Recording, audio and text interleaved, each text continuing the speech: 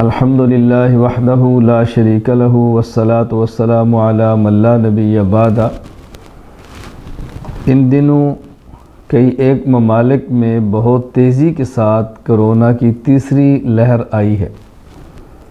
بعض ممالک میں کم ہے، بعض میں بہت زیادہ وبا پھیل گئی ہے، بہت بڑی تعداد میں اموات ہو رہی ہیں، بہت بڑی تعداد میں لوگ اس مرض کے اندر مبتلا ہو رہے ہیں۔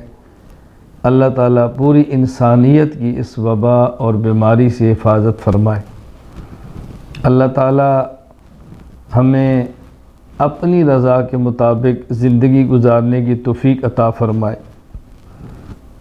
اس کرونا وبا کے متعلق میں آپ کی خدمت میں بنیادی طور پر دو باتیں عرض کرتا ہوں۔ پہلی بات یہ کہ ہم نے کیا کرنا ہے، اور دوسری بات کہ ہم نے کیا نہیں کرنا۔ یعنی کرونا میں ہمارے کرنے کے کام کیا ہیں۔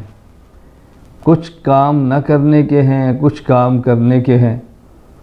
بعض چیزوں سے بچنا ہے اور بعض چیزوں کو اختیار کرنا ہے۔ سب سے پہلے یہ سمجھیں کہ اس کرونا کی وبا میں کن چیزوں سے بچنا ضروری ہے۔ نمبر 1، بلا ضرورت گھر سے باہر نہ جائیں۔ بلا ضرورت گھر سے باہر نہ جائیں، اپنے آپ کو اپنے گھر تک محدود رکھیں۔ اور احادیث میں بھی رسول اکرم صلی اللہ علیہ وسلم سے فتنوں کے دور میں یہ بات ثابت ہے کہ آپ نے ارشاد فرمایا الزموا فیہا اجواف بیوتکم، کہ قیامت کے قریب فتنے بہت آئیں گے، اس وقت ان فتنوں سے بچنا چاہو تو خود کو اپنے گھر میں محدود کر لو۔ تو جس طرح فتنہ جو ایک روحانی وبا ہے، اس سے بچنے کے لیے گھر میں رہنے کی تاکید ہے، تو کرونا اور دیگر وبا جو ایک جسمانی بیماری ہے، اس سے بچنے کے لیے بھی خود کو گھر میں محدود رکھنا یہ شریعت کے خلاف نہیں ہے، بلکہ شریعت کی منشا کے مطابق ہے۔ نمبر 1، خود کو گھر تک محدود رکھنے کی کوشش کریں، بلا ضرورت شدیدہ گھر سے باہر نہ جائیں۔ کام ہے، کوئی مجبوری ہے، ملازمت ہے، ضرورت کے لیے جائیں اور واپس گھر کو لوٹیں۔ نمبر 2، جس علاقہ میں وبا پھیل چکی ہو اس علاقہ میں نہ جائیں۔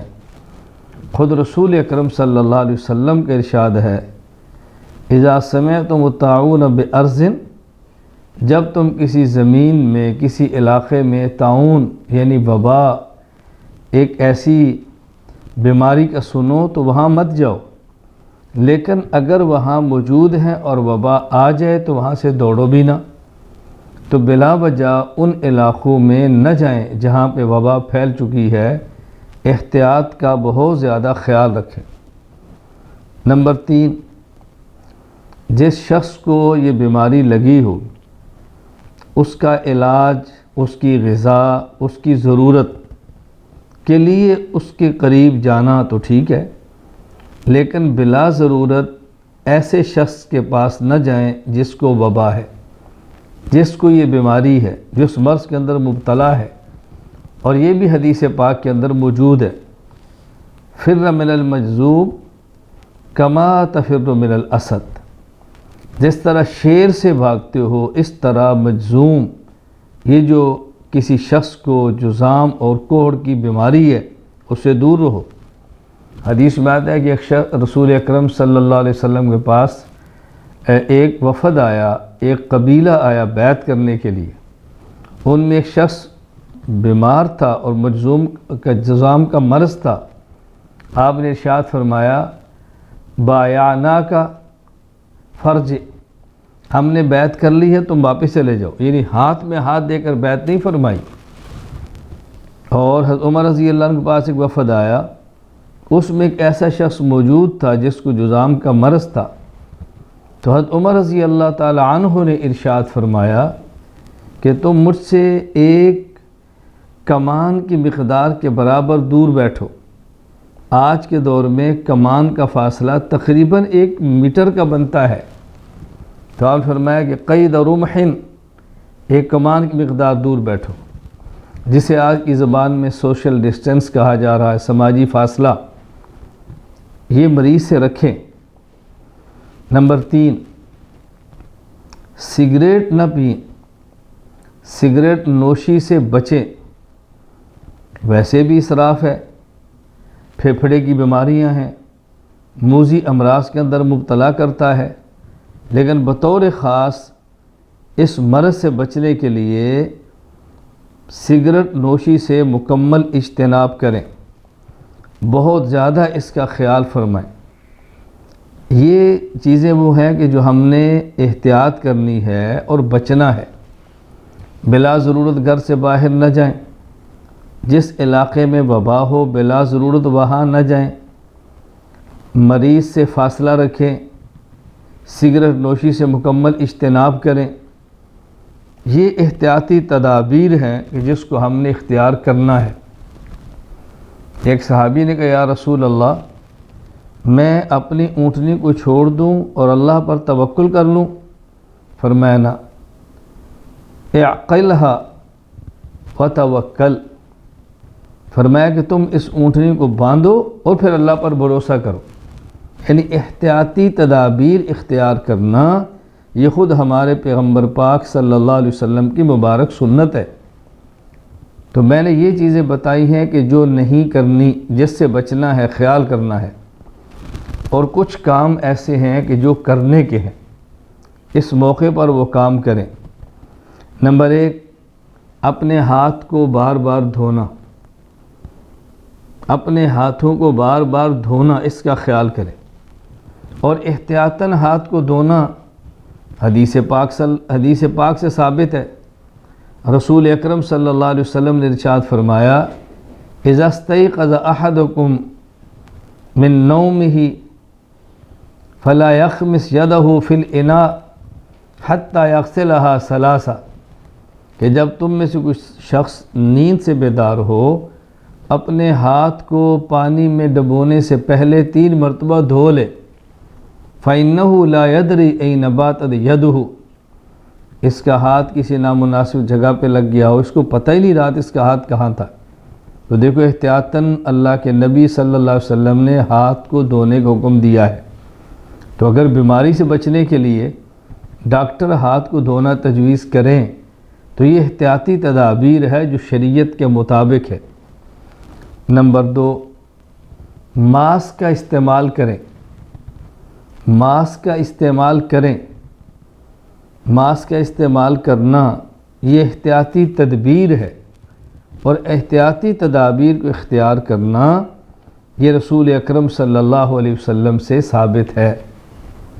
چھینک آئے تو اپنے منہ پر ہاتھ رکھ لینا، یا کپڑا رکھ لینا، یا ٹیشو رکھ لینا، اس کا بطور خاص اہتمام فرمائیں۔ نبی کریم صلی اللہ علیہ وسلم سے ثابت ہے، اذا عطس، جب آپ کو چھینک آتی، غطا وجہہ بیدہ او بثوبہ، تو آپ اپنے چہرے کو ہاتھ سے یا کپڑے سے ڈھانپ لیتے، اور وغض بہا صوتا، جس حد تک ممکن ہوتا اپنی آواز کو پست فرماتے۔ تو یہ احتیاطی تدبیر ہے، اس کا ہمیں خیال کرنا چاہیے۔ نمبر 4، مسواک کا اہتمام کریں۔ مسواک سے اللہ کی رضا بھی ہے، دانت کی صفائی بھی ہے، اور بیماریوں سے اجتناب بھی ہے۔ سانس کی بیماری، پھیپھڑے کی بیماری، چونکہ کرونا پھیپھڑوں کو متاثر بہت کرتا ہے، سانس کو متاثر کرتا ہے، اس کے لیے مسواک کا استعمال فرمائیں۔ نمبر 5، صدقہ اور خیرات کا اہتمام کریں، چونکہ صدقات سے اللہ تعالیٰ کا غصہ ختم ہوتا ہے، اللہ کی ناراضگی کم ہوتی ہے، اس سے وبائیں اور مصائب اور بیماریاں ختم ہوتی ہیں۔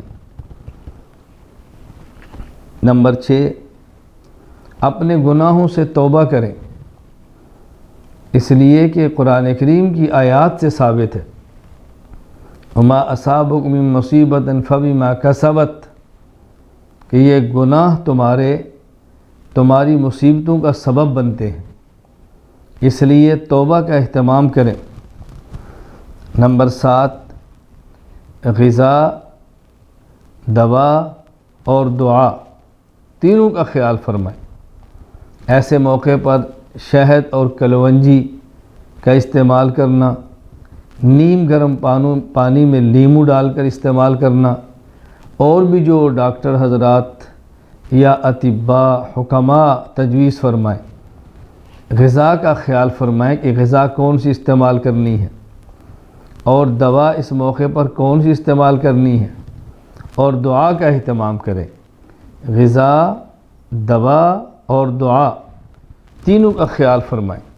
نمبر 8، بلا تفریق دین، بلا تفریق مسلک، بلا تفریق مذہب،